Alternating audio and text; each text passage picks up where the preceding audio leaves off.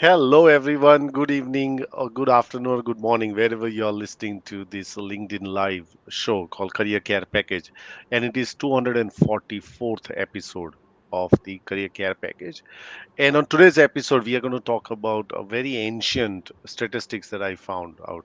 Now, this 90,000 hours that we work is not, uh, you know, statistics which were done before World War II. They were pretty, it was done by a Harvard, professor, and as part of a research called Happiness Project.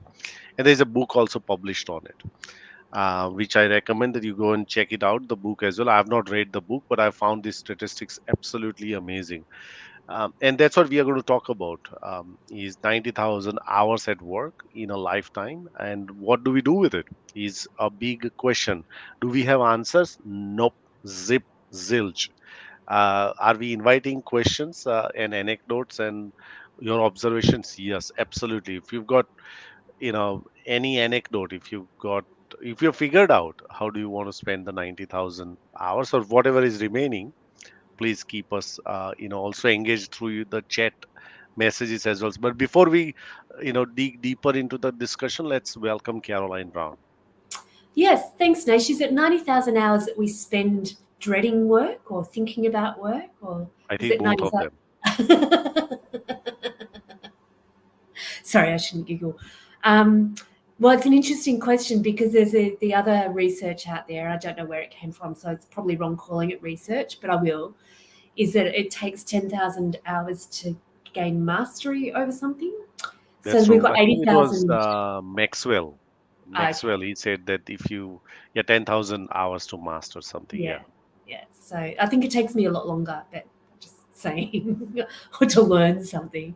So that leaves us with 80,000 hours to enjoy the ride, or just we're learning within that 90,000 hours. I don't know, but I think what it speaks to is that it's a bloody long time at work. We spend most of our lives at work, and I think probably.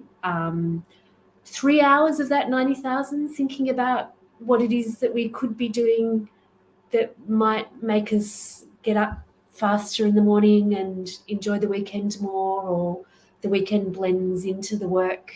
Because I think it's a good time to talk about like how to make some make some considered choices, like how to respond to something rather than react to something. Because then there's also that Jim Bright book called The Chaos of Careers, which means that most of our career decisions um, are not sort of putting A plus B to get to C. They're things, they're jobs that come to us for various reasons, or that we fall into. And some of us are lucky enough to find work that we really love in that kind of chaotic environment. So yeah, I think I would earlier on have been one of the people that spend less than 3 hours thinking about what it is that I spend a lot more time moaning, but not actually thinking about what it is that I should do or want to do, so to speak. It's different for me Yeah. now. I'm in that space, but before I kind of got into this space, that was definitely me. It was, yeah, And I think one of the thing is to look at what do you do on Monday first thing in the morning, coffee. whether second thing in the morning. Um, is that where do you browse? Is it on LinkedIn and a forward slash job? Is it on Seek? Is it on Indeed? Is it on ethical jobs? Because we do reflect on that silently or in collectively or with our partners about Mm, our inhibitions or our kind of things that we like and don't like, especially if you had a friends meet up on a weekend, and then you are starting to talk about some meaningful ideas after a few glasses of wine, not bottles of wine.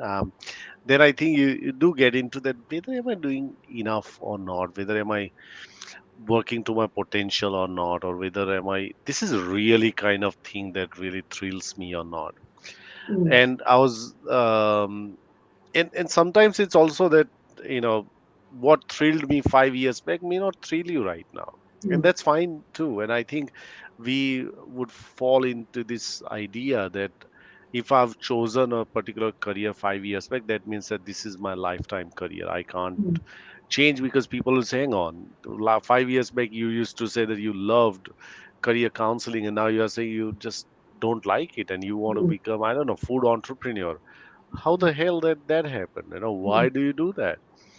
So I think, it's okay for you to change your mind. Um, it's not a you know it's not a disastrous decision. I remember, Caroline, that in one of our career counseling session at the law school, I was talking to a student, and she said, look, yeah, and I started to probe about, whether what kind of work is she seeking and everything else. And she said, but I don't want to work as a lawyer. I just don't like law. And mm, I said, oh God. And I said, that's fine. And she said, you know what, Naisha, you're the first person who's saying that that's okay for me to not like law and still mm, finish the law and use mm, that degree somewhere else. I'm so relieved. You're the first person that I could tell mm, you that I don't like it. mm, And I think we don't give ourselves that much permission that, you may have a fallout with career, and that's fine. mm, You've got 90,000 hours. mm, It's okay for you to change your mind. I'm pretty sure that when we started to our schooling and to university and to work, we would have changed our mind 15, 20, 30 times, that, oh, mm, this is what I don't like, this is what I like. mm, That's okay for you to change mind, and I think that could be relief for a lot of people, that it's okay for me to change mind. It's okay for me to wander around. It's mm, okay for me to even not know where I'm headed. mm. There's a big pressure, right, on us, that I need to know where I'm headed, because everything revolves around that. And sometimes it's okay for me to say, you know what, I'm just not sure. I Yeah, think there is I'm an enormous yeah. amount of pressure in our lives to actually, and we put that pressure on ourselves. It's like this must be the direction, without going, well, actually, I because we once we start to do something, it's very difficult to change because that becomes our frame of reference. And we become attached to it. The more we do, the more time we spend to stuff, we become more attached to that being what we do. Do you know what I mean? And it's very, and when you're not enjoying it for whatever reason, your focus goes down to, I'm not enjoying that, which could just be one part of the whole spectrum. Do you know what I mean? We tend to really hone in on solving that problem or thinking about that thing of that we don't actually enjoy. And I think, like at work, it can be work, it can be what you're doing, but it can be the people that you're associating with, or the organizational structure, or the impact of what you're doing, or that you're feeling like you're not rewarded in the right way financially. Like it's worthwhile. We tend to bucket dissatisfaction into this thing, right?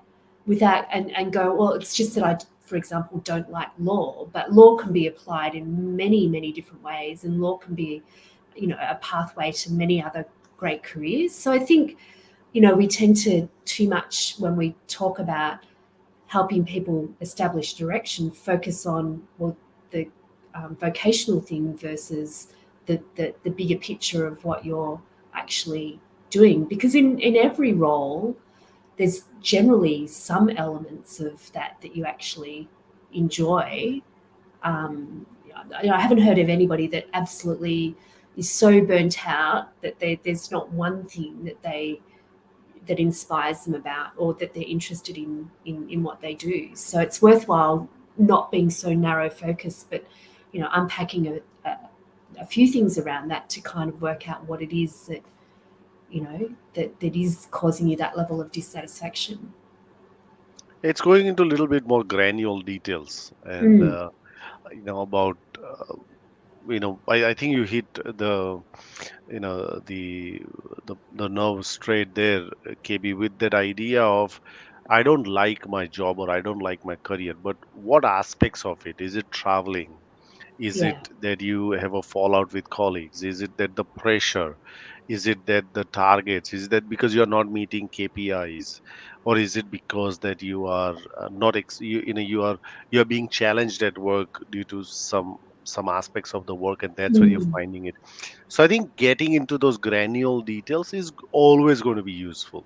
mm, The more the more and more you get into this granular details, not necessarily to beat you up, not mm, necessarily to make you feel bad about things, mm, but I guess that in a longer, if you look at people who excel at different aspects, they're going to a lot of granular details about about their work. See, for example, who was the Australian guy who won the Tour de France?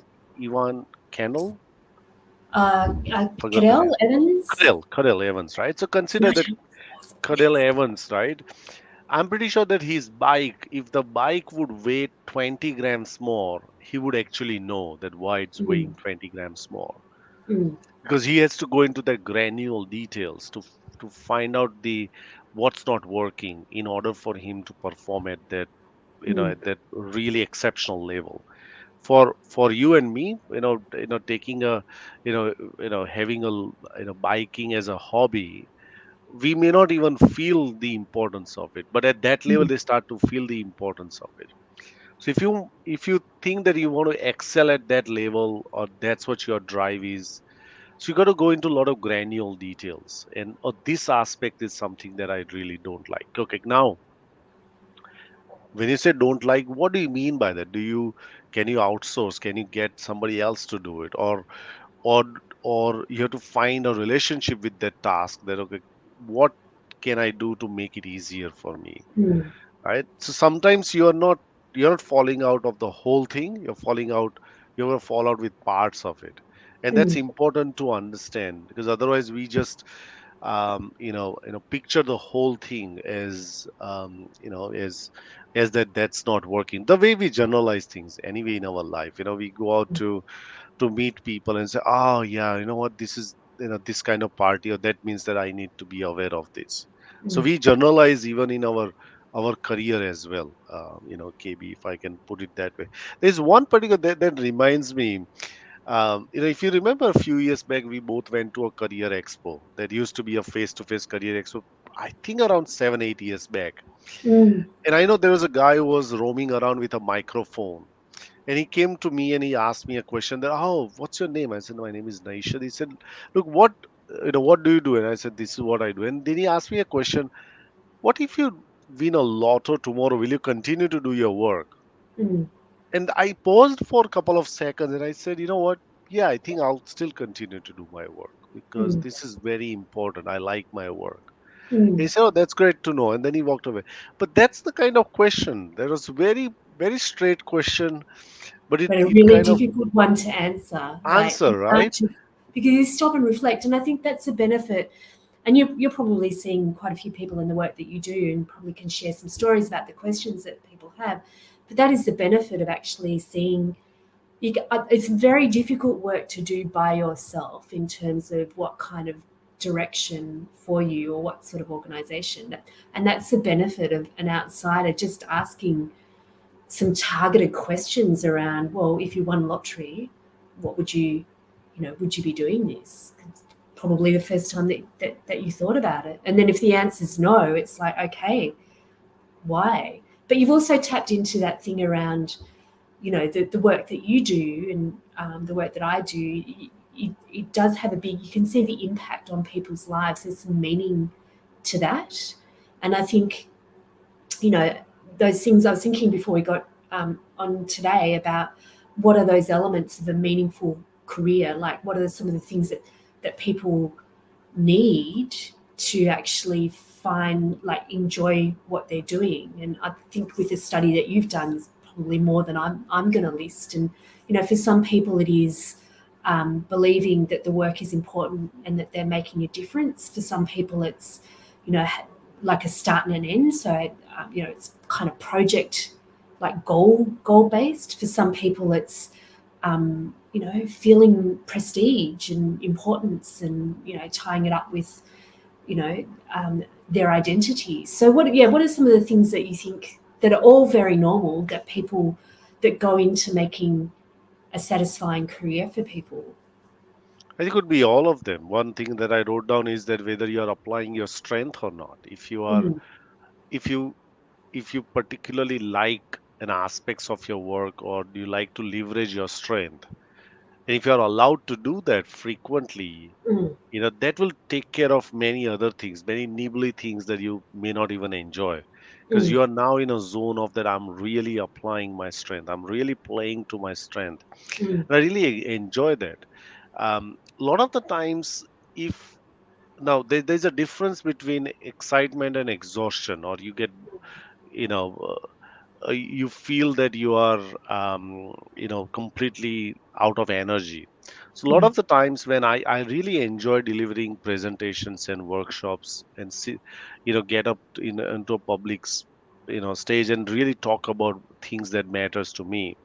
But even though if I finish that, I'm not exhausted. I think I'm bubbling with more ideas and energy, because mm, I feel that I want to continue this work.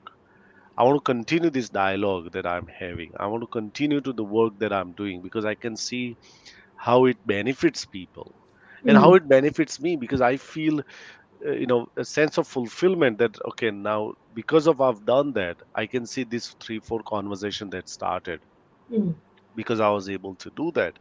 So I think leveraging one's strength, and if you're allowed to do that, or if you find a way to do it, that could be fulfilling as well for a lot of mm, people. That brings that joy to you, mm, you know. So that's one of the thing. When you talk about meaning is a very personal thing. mm, Some people, meaning is that I am able to pay my mortgage and have, roof over my head, and that's fine too. mm, Nothing wrong with it, right? It's your meaning, and if you feel okay with it, if you feel that this is what drives me, or this is what satisfies me, this meaning, and I'm okay with it, then that's also fine with me too. mm, Then I think we need to remove this idea, not we need to remove, but we're going to examine this idea that meaning has to be philanthropic, or mm, meaning has to be something that is making a difference. Sometimes it's not. Sometimes it's making more money, and I can find a meaning that through making more money, I'm able to do this for my family, because my family matters to me. Ultimately, there's some sort of, other goals that you are meeting rather than making money. Could be a vehicle for you, but you mm, you may not even realize that there's a larger goal that you're fulfilling. But meaning is very personal. uh, and sometimes after a while, the meaning may change too, and you decide, what, I had this, meaning. I'm now, building something. I need some more money, so I want to really focus on that now. So then your next job or next career that you choose would be more completely around making more money. I'm not mm. focused on anything else, because that's what drives you. That's what's important for you. So those are the things that, I think people should look at around, around finding some more joy. I've drawn a doodle probably last month about career flow. Around where do you find your flow? Because flow is another thing that we don't talk about. Flow is usually a lot of, counselors or, people use in terms of mindfulness, that I'm kind of in flow with the present, or in flow with the moment. So you can actually use that flow, in career as well. That who are you, what do you like, and what you believe in. And if that kind of aligns, then you find this real sense of happiness, Mm, or real sense of alignment. mm, So even alignment could also fuel, that happiness. Makes this 90,000 hours, worth, doing that, mm, as well. And mind you, we are not talking about career as a paid job as well. Career is a very larger context. We are talking about unpaid work. We are talking about volunteering. We are talking about community engagement. There are many people who stay at home parents. They are also work. It's also part of their work as well. So we are talking about a larger context rather than just, making, career meant that you go somewhere, work, and get paid for that. I think it'd be useful to um, tell people, or I guess, with the role that you're doing at the moment, you're seeing a real broad cross section of the community, and it's a free service, and it's a great free service that the Victorian government has put up to give you, was it 6 sessions of career advice? Yes, that's correct. Yeah. Yeah. So maybe put the link in that in the comments as well. But and anyone can access it in Victoria. So what are some of the questions that people are having now about, like, that the people have actually asked you in terms of career choices and how they should be spending their time? Because I think that would be really Yeah. useful for people Yeah. to know, to normalize that, to go, well, what I'm experiencing is normal, and then there's some help out there that Yeah. you can get. Absolutely. I think, well, I'll give you an example of a last conversation that I had with a client. He works as a pathology, collector, blood Hmm. collector, and I joked him that maybe after working in 10 years, you can actually determine the blood group just by looking at it, isn't it? And he said, nah, don't have that. I'm not that competent, right? But prior to that, he worked in automotive industry. Now he said, look, yeah, I just want change now. I think I've had Mm, enough. I want to do something else now. It's not that I hate my job, but I'm pretty sure that there are things out there that makes me more physically active. I mm, don't want to continue to do that. So for him, the whole thing is that I want to go out of this, because it's not that I hate my job, but I think it's time. 10 years is a good time for me to make a change, another change, and I mm, want to now get involved into something more physical active work. mm, Right? So that's what's important for him. Previously I met somebody who's works in as an ambulance paramedic, and wants to change because she feels that this is just too much. She's just emotionally feels being drained out with the work that she does, and she wants to make a change. Not that she hate the work, but I think that she's lost the juice. She's lost that enthusiasm and everything over a period of time, so mm, she wants to make a career change. So I think people come to for varying reasons, mm, not one reason. Some people want to make a change because aspects of their work has changed and they are not able to cope up with that, so mm, that's why they want to find something more meaningful. I met someone who's worked in warehouse for 30 years, right? And mm, she said she's helped her kids grow. They've all grown up and are doing some fantastic work. And I think she said my body is giving up now. I can't mm, do that heavy lifting. But she still now she what she wants to follow is that something that I want to really contribute back. I want mm, to really work with elderlies or people with disabilities. I really want to give back now. Now that I've mm, done enough, I want to give back. So I think people do find this a meaning to that ultimately.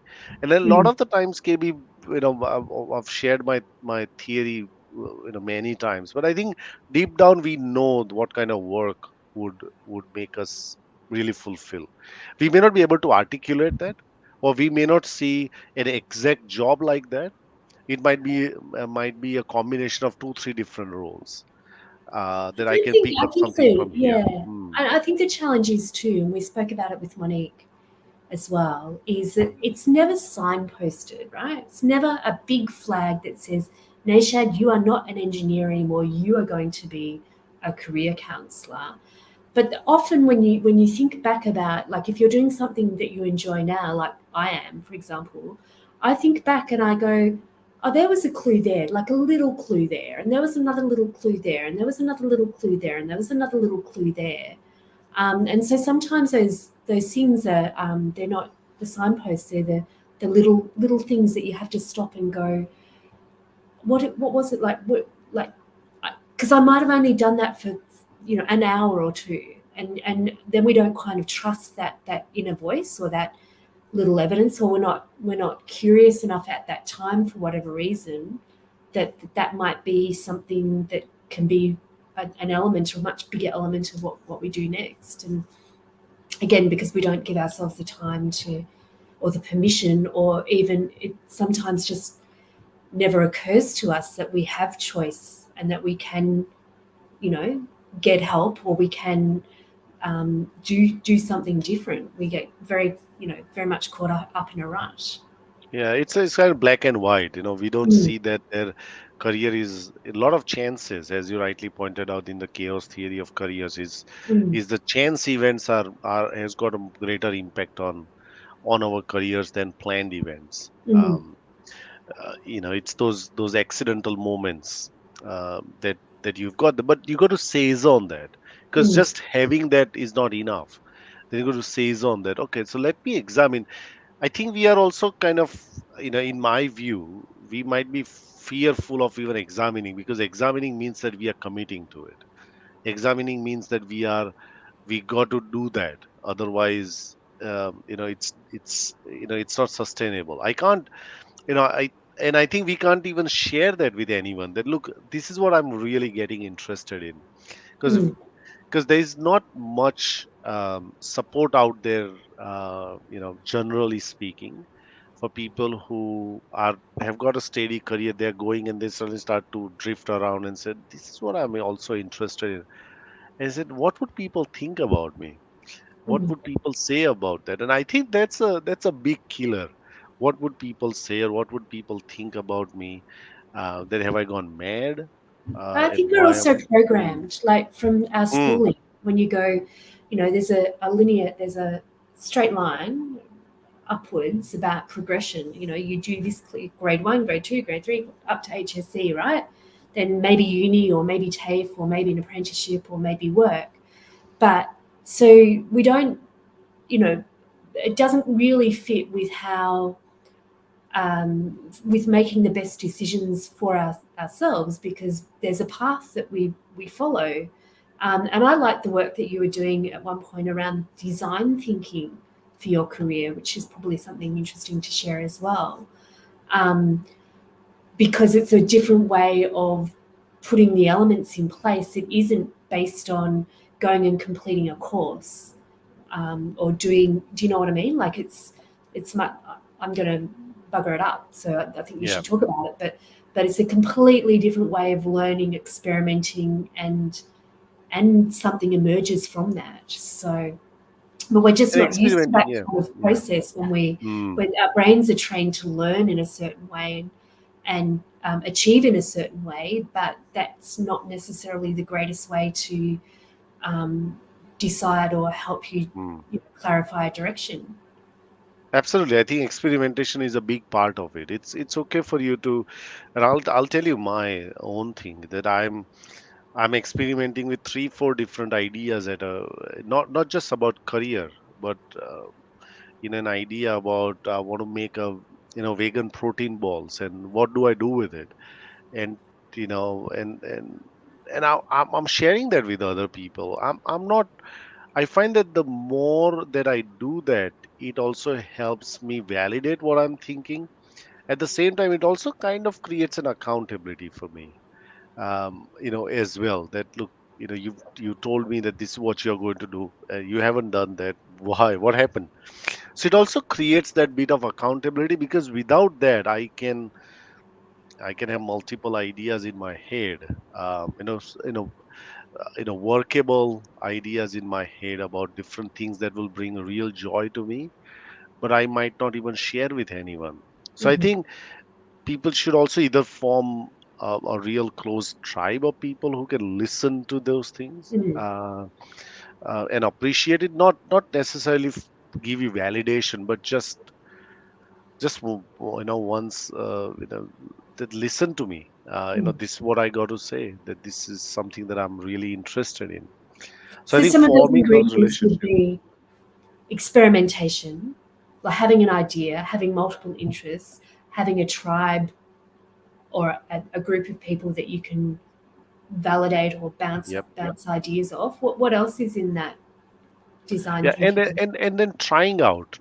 Experimentation is all about trying out. That you Mhm. go and try out. In a very simplest, like the smallest experiment. So, for example, I've been seriously thinking. I was talking to one of my client, and she's also experimenting side hustle. And I said, oh, you know what? I'm also experimenting this about food idea. And she said, no, you should go and sell that to a farmer's market. I said, "Oh, never thought of that."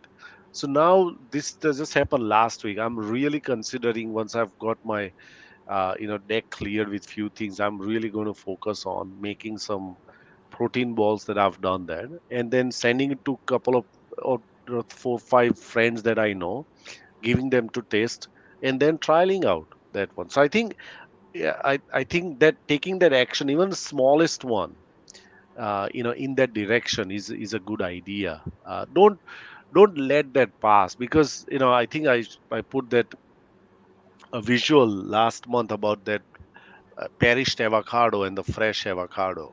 Mm, The inspiration is very, it is perishable. If you don't act on it, it just goes mm, away. mm, Sometimes we got nuances, and sometimes we got clue, we can see something, and other people are doing interesting stuff, but we think, you know what, yeah, I'll do something about it, maybe a week later, maybe do, record things. Recording things is, in my view, KB, a very important way for you to not allow any ideas to escape, mm, that brings some joy to you.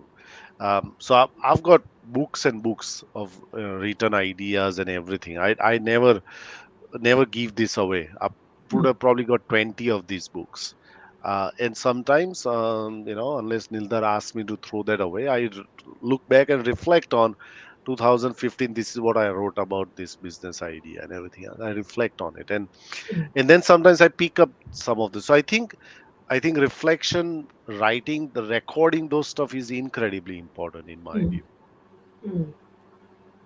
I think you should start a business as an ideas factory. So, That's a good idea. thank you for validating that. So, Yeah. Yeah, so yeah. that's what I think. Look, and we would love to hear. I've not found my, I think, 90,000 hours. In my view, I think I've spent it pretty good. Mm, I've not hated my jobs. I've come to a job and said, look, I've now having a fall out of it.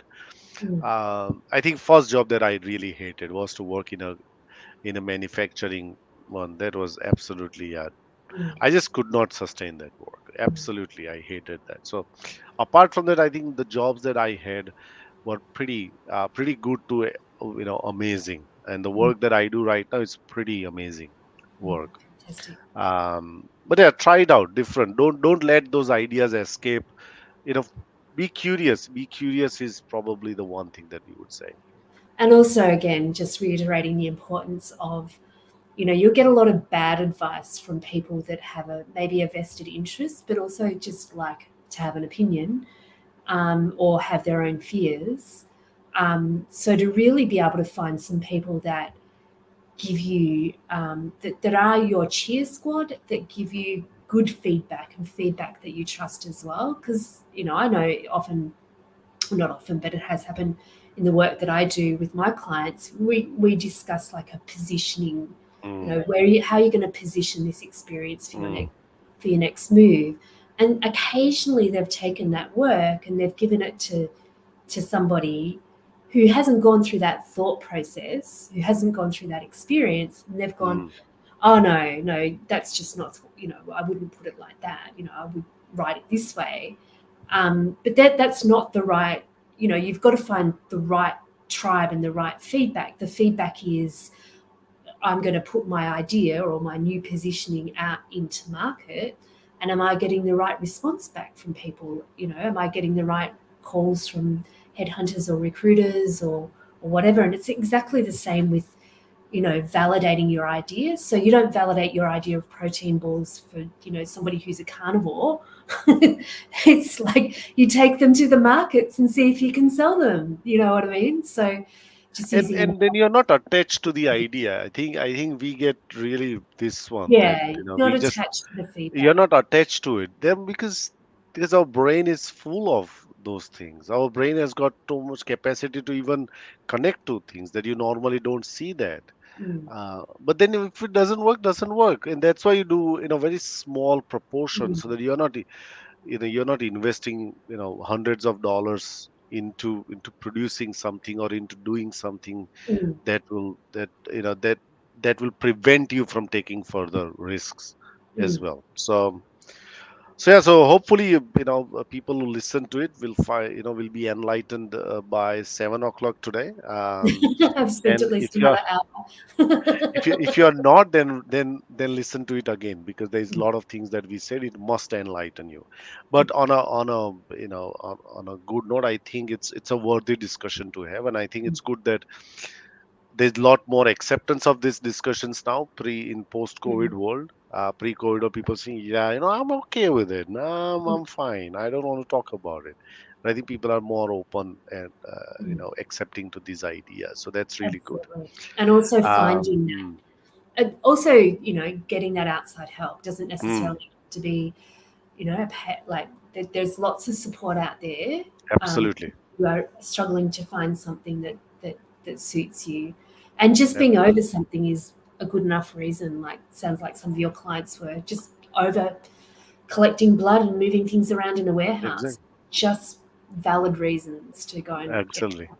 Yeah. Yeah. Excellent. All right, that brings us to the end of 244th episode. We are reaching towards 250th, which is going to be an amazing, stint for us. I don't know whether we should celebrate it somewhere, but we'll figure it out Yeah, absolutely. to celebrate it.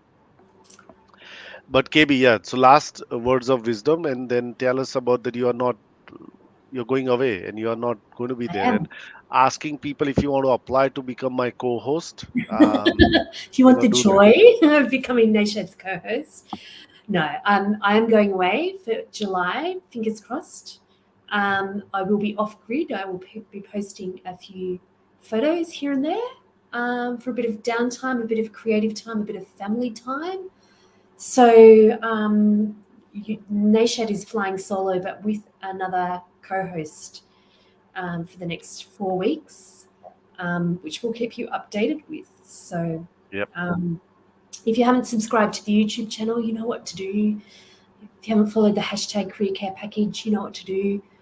Um, that's the end of my nags. Excellent. Now we wish you all the best, KB. You're going on a really good trip. Mhm. Wish you well. Hopefully you don't get sick or don't fall off. Yeah, Fall off yeah, the plane. or fracture your leg or anything. Just come, Thanks. yeah, yeah, come back healthy and hearty. But yes, I'm recruiting for a co-host. What you get paid? Nothing. You just get to listen to my sense of humor, my jokes, and banter. But I'm really looking forward to having a co-host for next 4 5 weeks, and by the time KB will be back. But until we see you next Tuesday, have a great rest of the week, everyone, and stay safe, everyone. Bye for now. Bye, everyone.